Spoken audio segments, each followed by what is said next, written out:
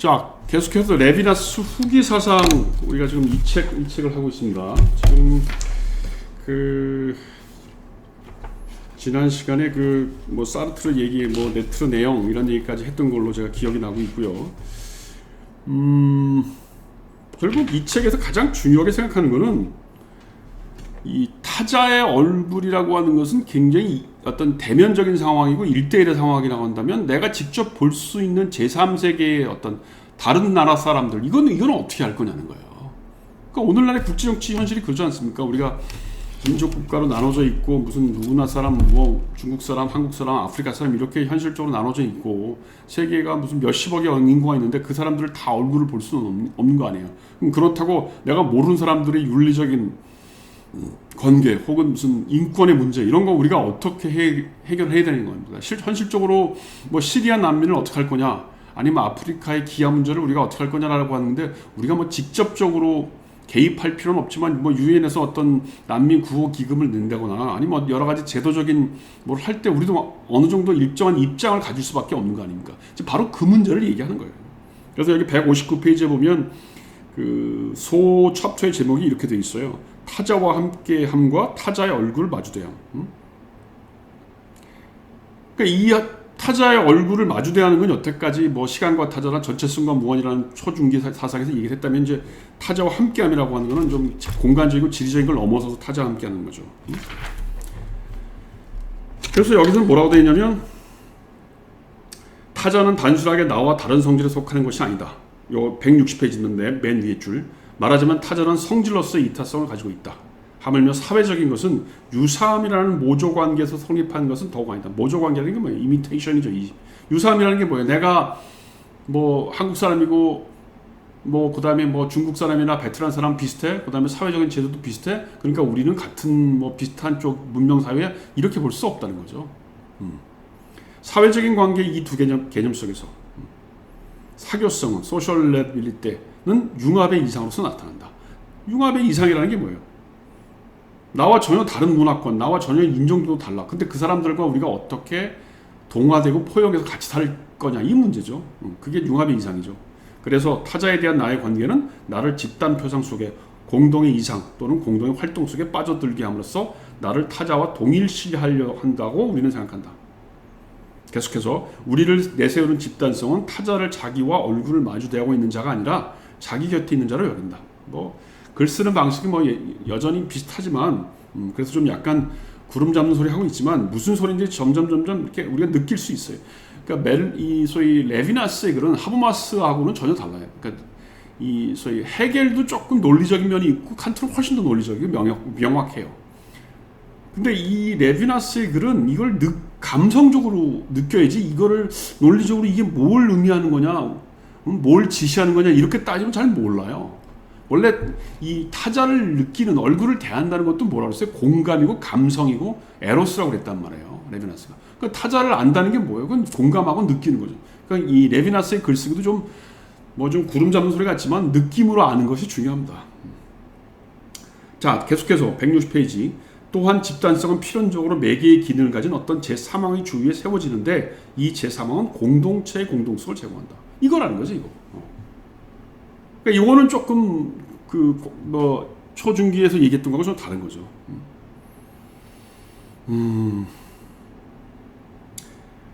그 다음에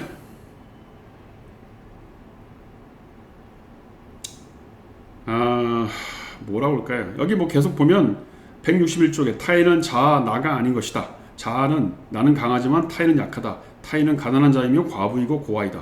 요건 뭐 옛날부터 얘기했던 얘기죠.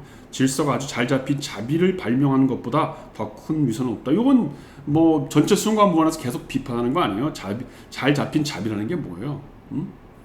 결국은 부르주아들을 위한 계급적으로 우월한 사람들을 위한 인권, 그게 자비라는 거 아니에요? 그래서 너 일로 들어와, 요만큼 우리가 허락해 줄 테니까 너 우리가 강조하는 규범이나 규칙 꼭 지켜. 요건 뭐예요? 기존의 기득권자들이 얘기하는 방식이라는 거예요. 그게 전체성과 무한에서 레비나스가 크게 비판했던 거고, 사실은 헤겔 철학을 논리를 비판하면서 하버마스를 비판하면서 누구예요? 악셀 호나트가 헤겔의 인종투쟁을 새롭게 해석하면서 하버마스나 칸트류의 정치처럼 비판하는 게 뭐예요? 그 인권이라고 하는 게 하버마스가 얘기하는 그런 보편적 의사소통을 통한 권리 규정이라고 하는 게 결국 강한 사람, 발언권이 센 사람들의 인권 아니겠냐? 그 얘기하는 겁니다.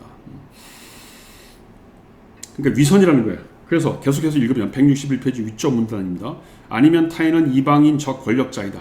본질적인 것은 타인이 그의 이타성 자체 덕분에 위에 열거한 성진들을 가진다는 것이다. 상호 주체적 공간은 무엇보다 비대칭적이다. 그렇죠. 상호 주체적 공간은 비대칭적이죠.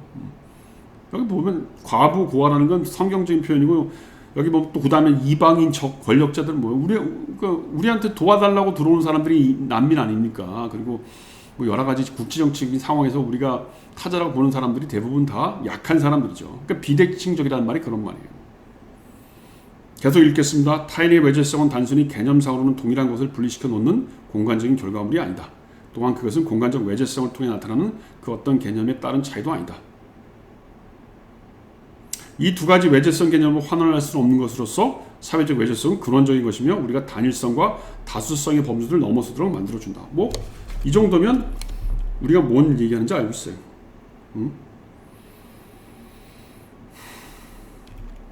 여기 보면 그 29번의 이 역주인데 여기 보면 뭐라고 되어 있냐면 타인이란 내가 선한 사람이 되기 위한 또는 내 심성 안에 정체된 도덕법을 구현하기 위한 수단에 불과한 것이 된다. 그러니까 소위 전체성의 철학적인 관점에서는 그렇다는 거죠. 오로지 외제적 촉발에 의해서만, 즉 나에 대해 절대적으로 외제적인 타인에 의해 촉발됨으로써 수행되는 행위만이 진정한 윤리적 행위이다. 요컨대 정의는 타자로부터 시작되는 것이다. 요건 그 레비나스의 전체성과 무한에서 인용을 하고 있네. 요 29번 주석이. 그러니까 우리가 여태까지 다른 사람에게 뭐 선의를 베풀고 인권을 얘기하고 하는 것이 전부 다 내가 선한 사람이야. 그럼 나의 규칙, 그다음 전제가 뭐야? 나의 규범적인 규칙, 나의 도덕적인 전제를 네가 받아들이면 우리가 뭐 쌀도 주고 잠자리도 주고 이렇게 잘 대줄게. 근데 너 우리의 규칙이나 내 도덕적인 전제를 못 받아들여? 그게 칸트나 하버마스 입장이죠. 그럼 너는 나가. 너 가만히 못 있겠어 이런 거죠. 근데 레비나스 입장에서는 그게 아니고 타인이 생각하는 윤리, 타인이 생각하는 전제하고 있는 도덕을 받아들이는 겁니다. 요쯤 되면 이제 비판이 나올 만하죠. 정말 나의 도덕적 규범이나 전제는 전부 다 무시당하고 타인이 요구하는 대로 우리가 받아들일 수 있을까? 그거는 또 쉽지 않을 것 같아요.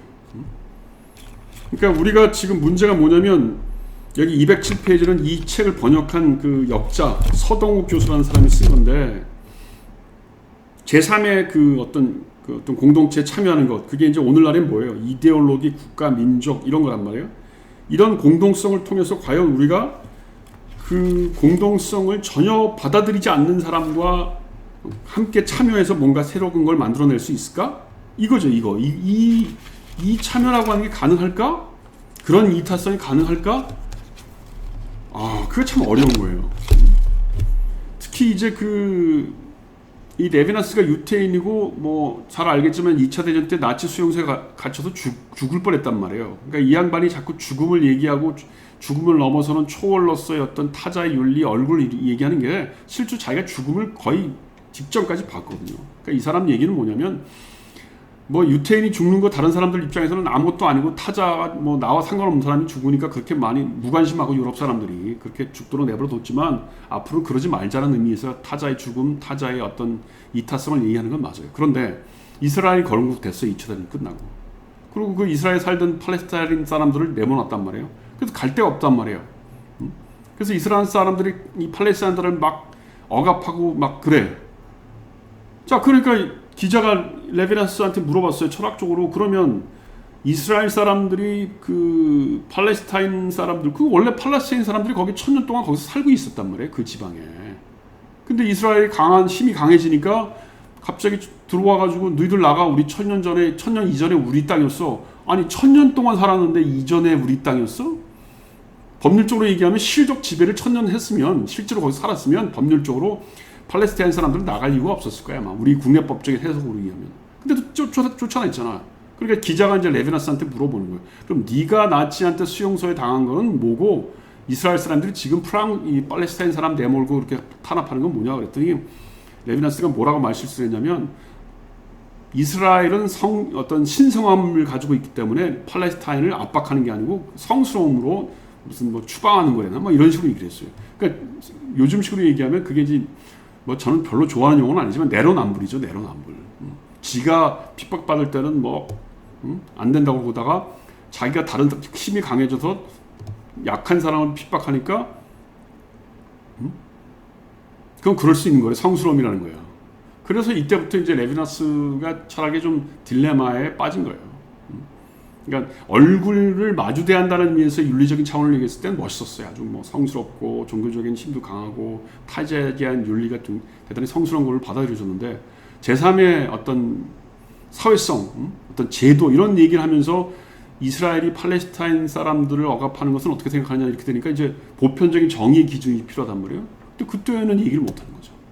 그래서 아마 레비나스 철학에 대해서 너무 지나치게 좀 타자성을 강조하다 보니까 자기의 논리 모순에 빠졌다 이렇게 비판하는 사람들이 많아요.